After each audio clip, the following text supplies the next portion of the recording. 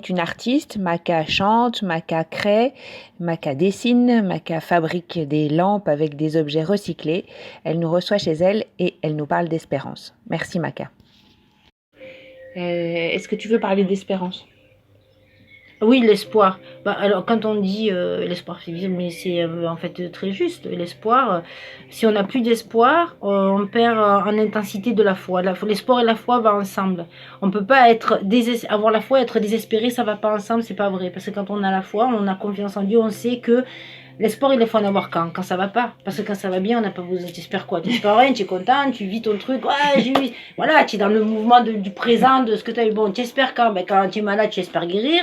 Tu es séparé, tu espères retrouver l'être aimé. T'as plus de thunes, tu espères en avoir un jour. T'as pas d'amis, tu espères avoir des amis. Tu vois. Mais voilà. Donc, l'espoir, c'est le moment, il faut le garder, il est important, il faut le cultiver, il faut le nourrir par la foi. Parce que c'est ça qui fait qu'on va tenir le moment difficile, parce qu'on a tous des moments difficiles, et c'est là que Dieu nous voit faire, comment on fait, qu'est-ce qu'on fout là, qu'est-ce qu'on part, voilà. Non, l'espoir, il est capital, c'est un ingrédient de la recette de la nourriture spirituelle. Voilà, c'est bien dit, c'est un ingrédient de la merveilleuse recette spirituelle dont on doit se nourrir tous les jours.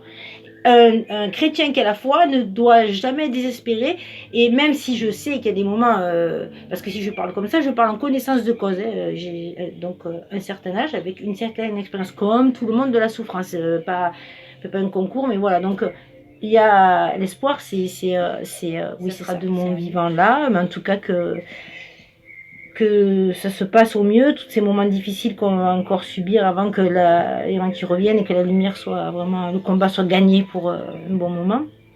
Donc voilà, l'espoir que ça se passe au mieux, quoi.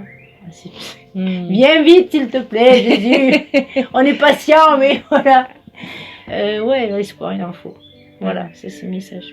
Et comment est-ce que la parole de Dieu, elle t'aide à garder cet espoir? Est-ce qu'elle t'aide à garder cet espoir? Oui, bien sûr. Parce qu'on se nourrit, donc nourriture, faut bien manger. Faut se nourrir, on se nourrit quoi? De la parole. La parole est remplie de messages d'espoir. Je ne saurais, je pourrais pas te dire tout où c'est, mais c'est évidemment l'espoir, il vient de tous ces prophètes, toutes ces personnes qui sont écrites dans la Bible et qui ont subi, et tu te dis, mais à ce moment-là, quand ils étaient dans cette situation, en train de cramer, ou alors en train de se faire torturer, bon, ils ont gardé espoir, et ils ont été miraculés, sauvés, pour en plus faire bien l'écrire, et qu'on comprenne, et qu'on dise, bon voilà, maintenant il y a des preuves.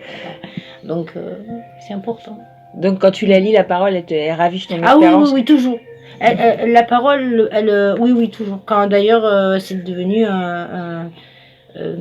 c'est devenu de plus en plus une habitude. C'est pas depuis toujours je suis comme ça, non, ça c'est récent. Par contre, utiliser la parole comme nourriture dans ma vie, ça l'a été à un moment donné, puis je m'en suis écartée, et là je suis revenue depuis peu, donc c'est pas nouveau total. Mais c'est un renouveau, et j'ai pas une grande connaissance du tout de la Sainte Bible, mais par contre elle m'apporte énormément. Oui, bien sûr, c'est mon d'ailleurs je la pose, c'est pas pour rien qu'elle est là, toujours voilà, tous les matins je m'en sers, tous les soirs aussi, elle est là, elle est posée.